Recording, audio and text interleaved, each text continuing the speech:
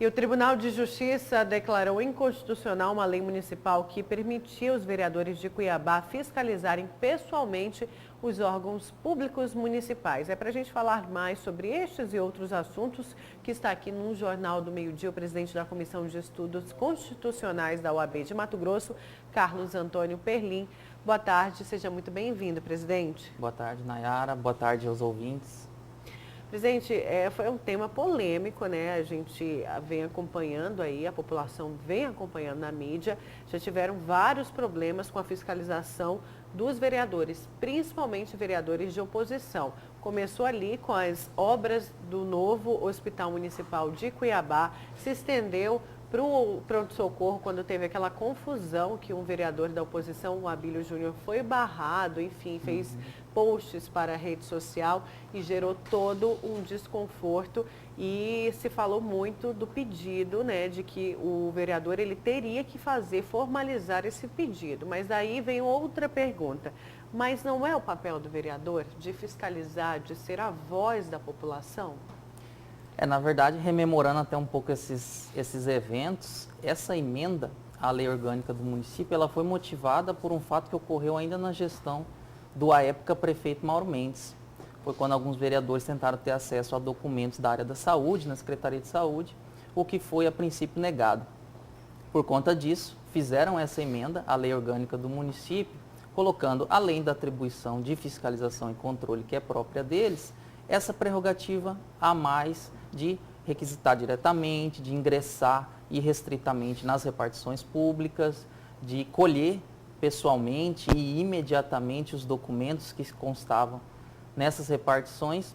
E é nesse ponto, em relação a esse excesso, que o Tribunal de Justiça entendeu que haveria uma inconstitucionalidade, porque a Constituição Estadual e a Constituição Federal, embora prevejam naturalmente o controle e a fiscalização do Executivo pelo Legislativo, não permitem que ele extrapole isso e, indo além, como foi, colha diretamente os documentos ou possa de alguma forma tumultuar os serviços, como de fato aconteceu aí nesses fatos recentes eventos, e outros, né, até antigos. Na verdade, o entendimento da Justiça é de que não dá para fazer política em cima de assuntos sérios. Seria isso? É isso que estavam fazendo, presidente?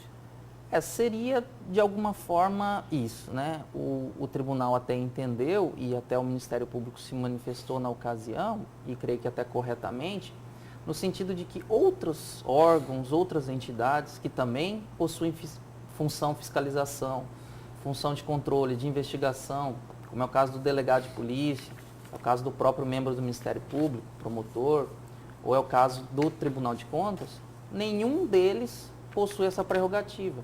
Ele precisa requisitar o documento, dar prazo para aquele documento ser enviado, tem que justificar aquele pedido, a depender da hipótese, instaurar um procedimento, enfim, ele tem todo um rito, um procedimento que ele precisa seguir.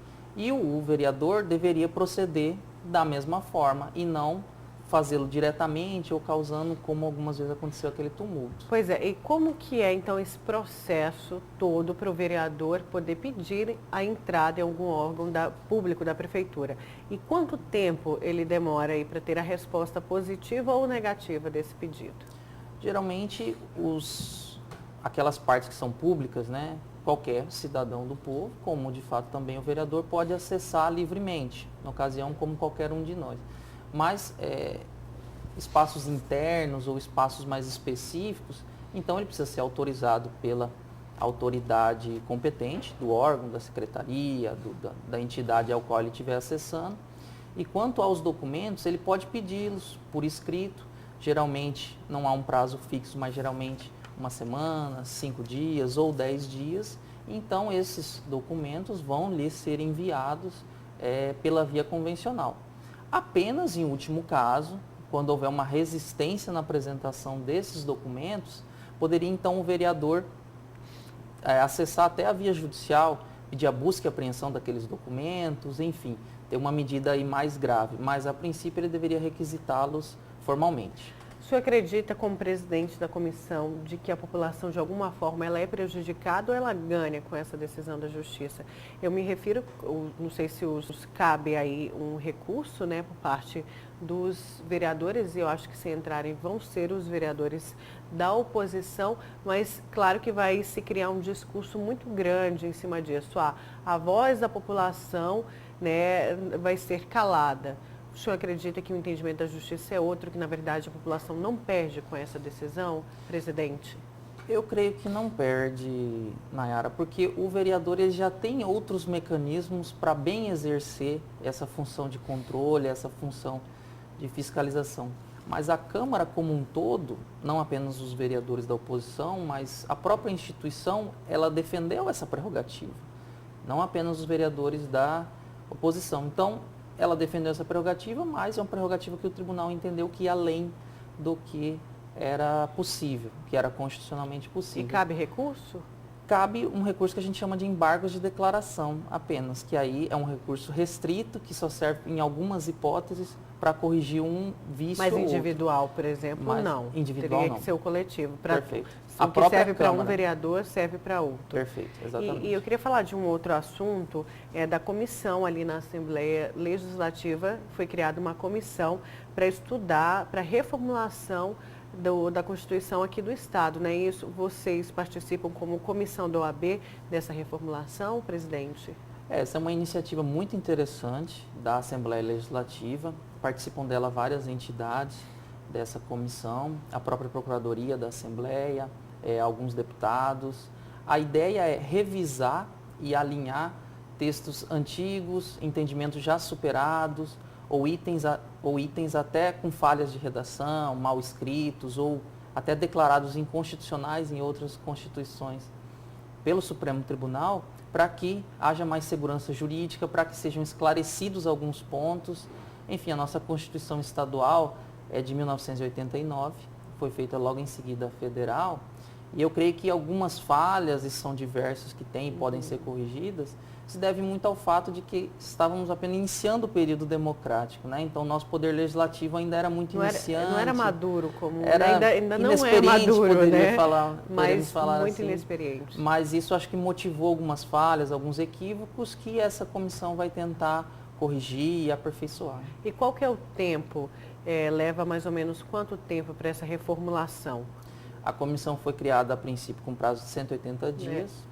Após isso, ela vai apresentar um projeto, então, para a Casa Legislativa e aí, via emenda constitucional, se aprovada por 3/5 dos deputados estaduais, essa emenda à Constituição será feita e aí todos aqueles aspectos em que a falha vão ser corrigidos. E tem programado durante essa reformulação audiências para que a população participe também desse processo? Sim, são previstos aí mecanismos para que a própria população possa intervir, possa interferir, até como é próprio do regime democrático, né? A população então vai poder fazer sugestões, dar opiniões, enfim, participar ativamente desse processo de ajuste e alinhamento da nossa Constituição Estadual. Presidente da Comissão de Estudos Constitucionais da OAB Mato Grosso, Carlos Antônio Perlim, muito obrigada pela sua vinda aqui no Jornal do Meio-Dia. Obrigado, Nayara, agradeço a oportunidade. Uma boa tarde a todos os telespectadores. Boa tarde.